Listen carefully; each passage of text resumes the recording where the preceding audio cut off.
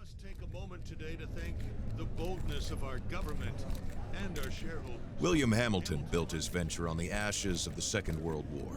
The copper mine he envisioned was ransacking the First Nations' ancestral territories, drawing the wrath of the local people. It definitely took nerves of steel to stay the course, despite all this hostility. Before long, in the face of William Hamilton's cold and uncompromising stance, the petitions and peaceful protests turned into sabotage, vandalism, and other criminal acts. The industrialists' private properties also encountered the wrath of the demonstrations. Carl Faubert, a veteran of the Korean War, was hired from Montreal as a private detective to shed some light on this whole thing. But at the end of his long journey to northern Quebec, the detective did not only encounter property damage, he also came face to face with the corpse of William Hamilton. The strangeness only kept building throughout the investigation. A powerful, unseasonable blizzard hit the region. Bodies frozen in unbreakable ice appeared. The local fauna began to act strangely and aggressively. Carl Faubert began to doubt his own sanity. The detective felt the weight of a gaze, as if he were at the mercy of a powerful, feral creature waiting for the right moment to attack. Carl's fear was taking over, overpowering his reason. He was giving in to delirium.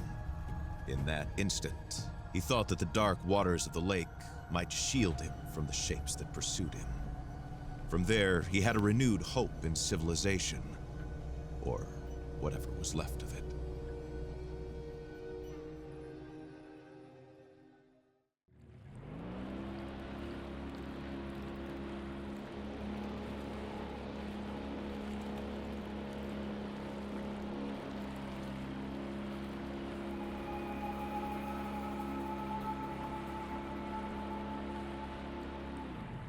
Carl knew that on one of these shores stood William Hamilton's lavish mansion, and there the detective had hopes of finding a way out of the area. A phone, a truck, who knows? Under the luxurious paneling and damask carpets, he might be able to find answers to his questions.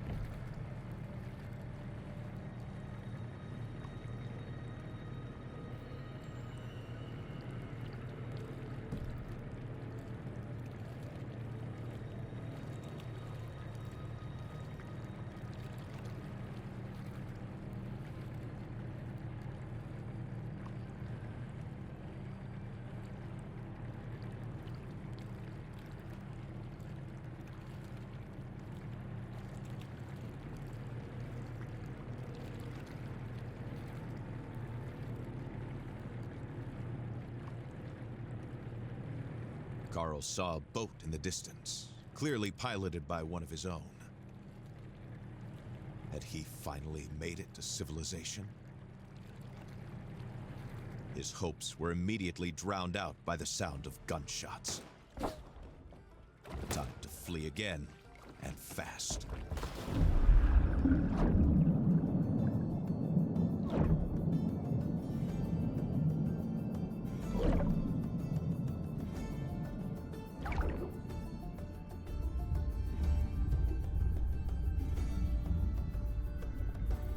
Carl swam without a thought, yet each stroke was desperate. The icy water and his wounds made him feel weaker and weaker. He had to get to shore.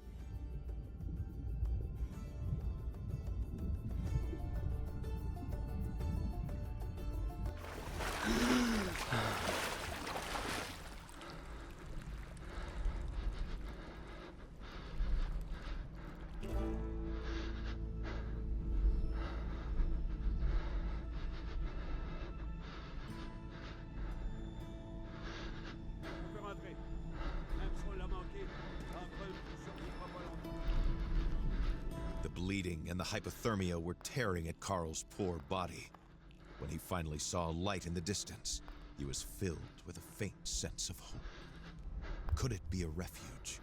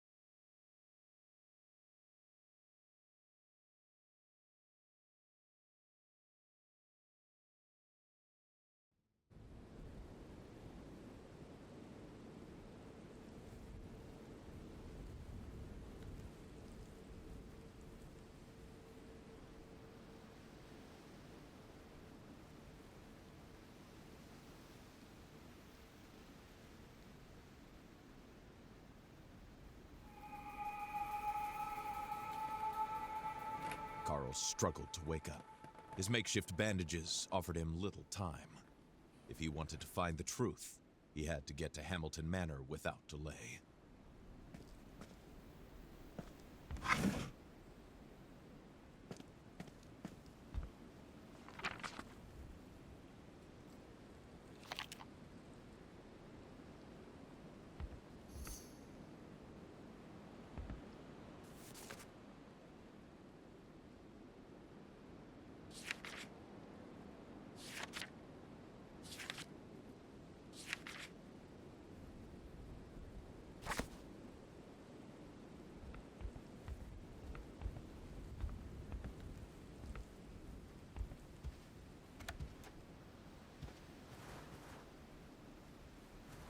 Carl left his refuge, knowing that he was headed to a more comfortable, but otherwise ominous place. Hamilton's mansion.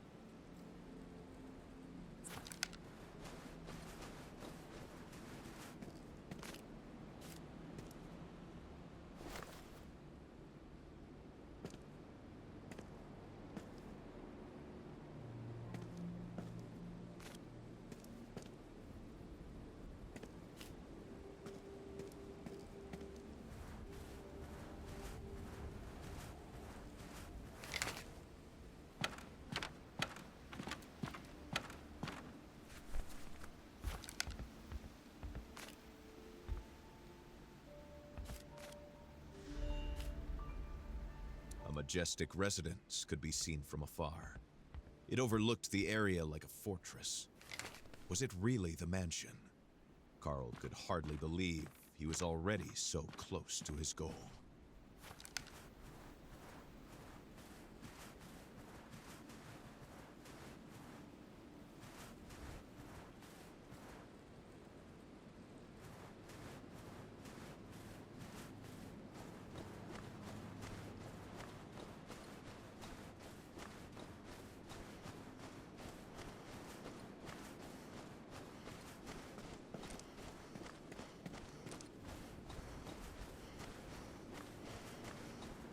Out of all of the animals in Quebec's fauna, the wolf was perhaps Carl Faubert's favorite.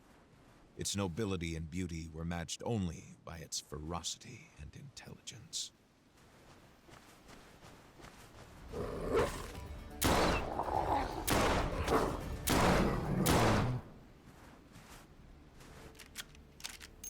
Carl Faubert was a sensible man. Attacking that wolf would not be among his smartest life choices.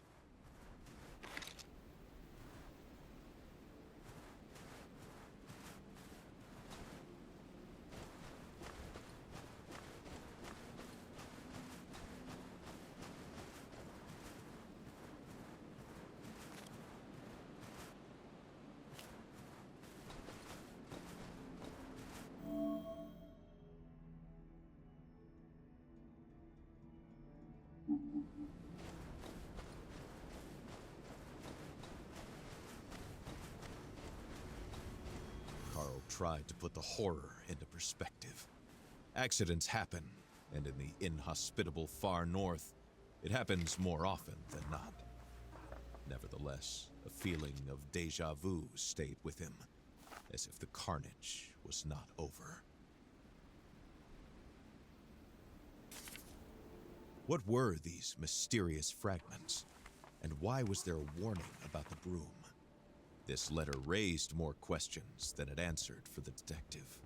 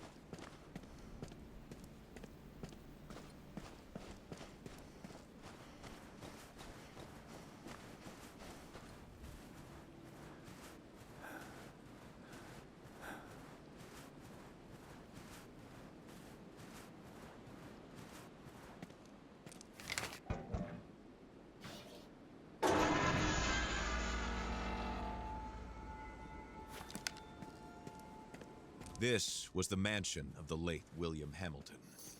No doubt about it. There was no other rich industrialist in the area to have a sumptuous mansion built in the middle of nowhere.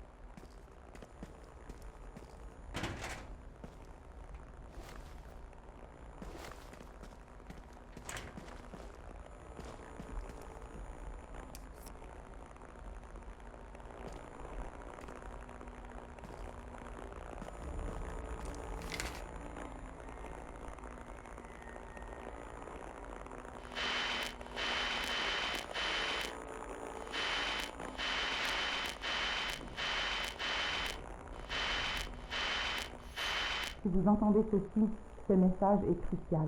Trouvez un endroit où vous mettre à l'abri. Ne sortez qu'en dernier recours. Si vous avez à sortir, armez-vous et méfiez-vous de quiconque porte les couleurs de la Hamilton Mining Corporation. Tenez-vous le plus loin possible de la faune. Les animaux sont devenus extrêmement agressifs. Je répète, tenez-vous le plus loin possible des animaux et méfiez-vous de quiconque porte les couleurs de la HMC.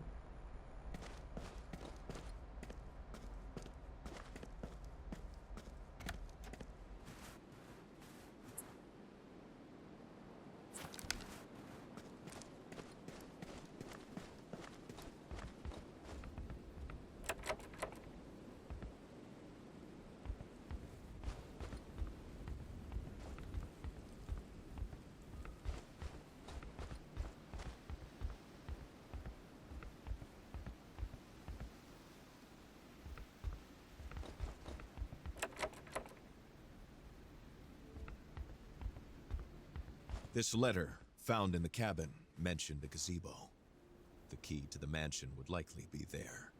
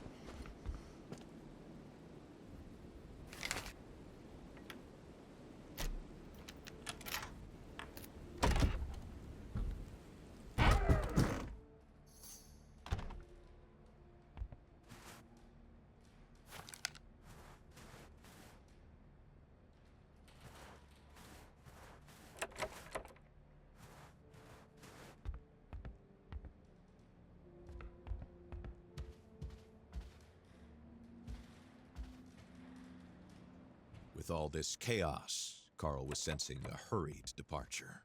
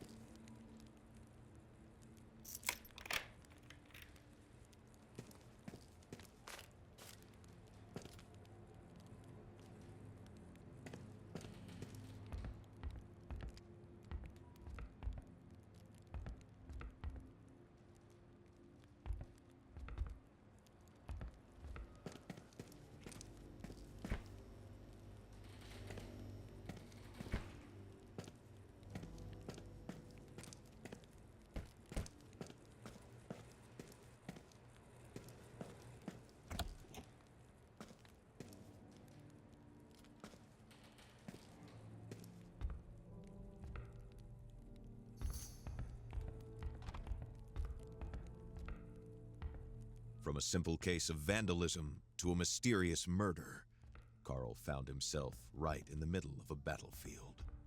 What could possibly await him now?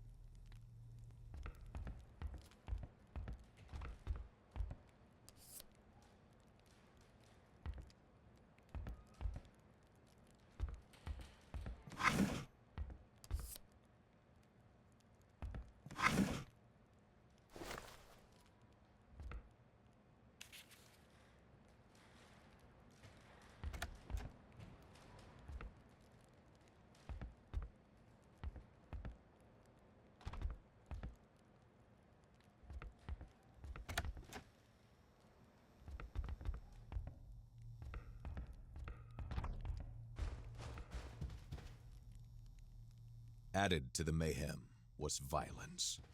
Carl understood that a tragedy had occurred here. Carl could not decide which was more frightening, the mysterious impulse the inhabitants had to escape, or the inexplicable way in which their escape was interrupted.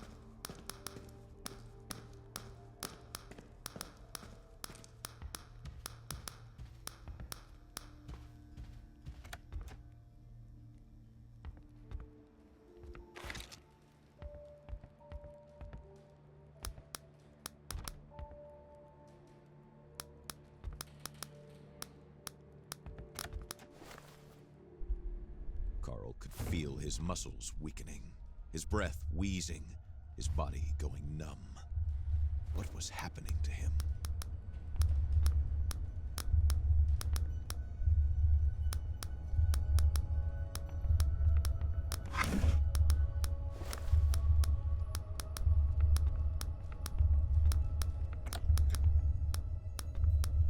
The floor was rocking. The walls seemed to be running from Carl's hands as he tried to steady himself. Something was not right. Carl's thoughts were twisting in his head, making him dizzy.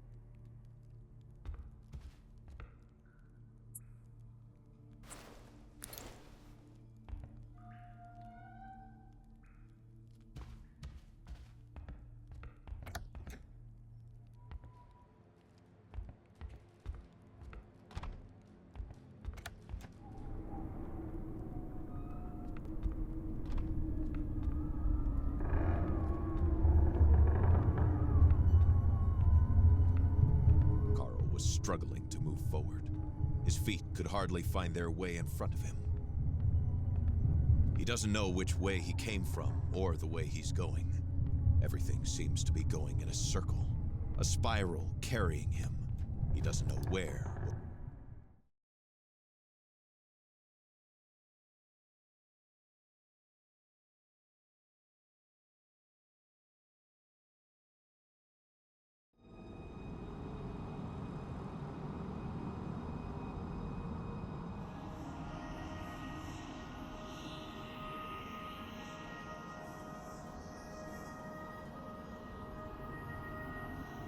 Carl suddenly feels like he's waking up, but inside a dream.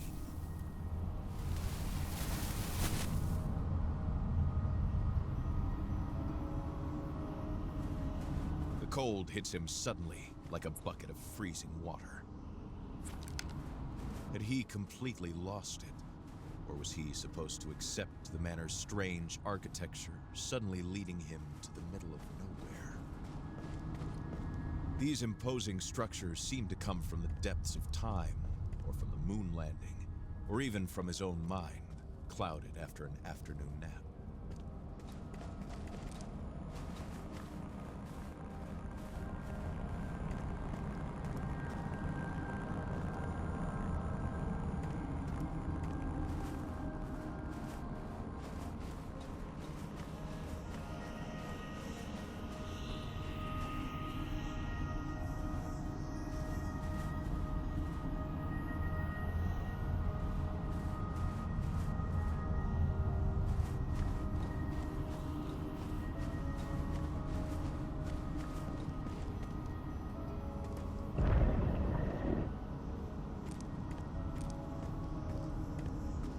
The detective had no idea how it worked, but the stones seemed to slide on the rails smoothly as soon as the totem pole was rotated.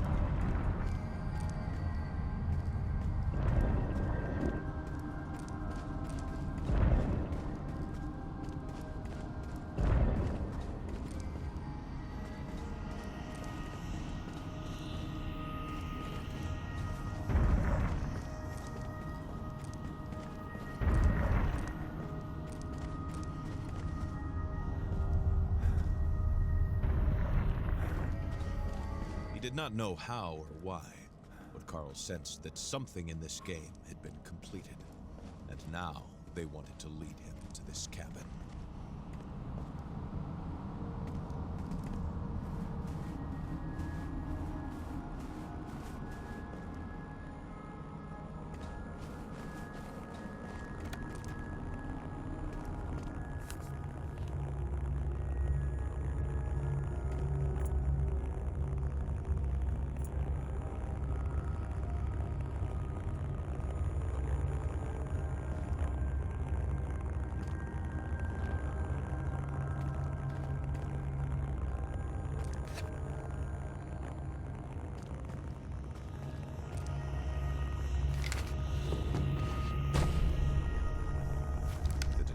Felt like he was sleepwalking, pulled by a larger force towards the light that was calling him, as if it was asking to be set free.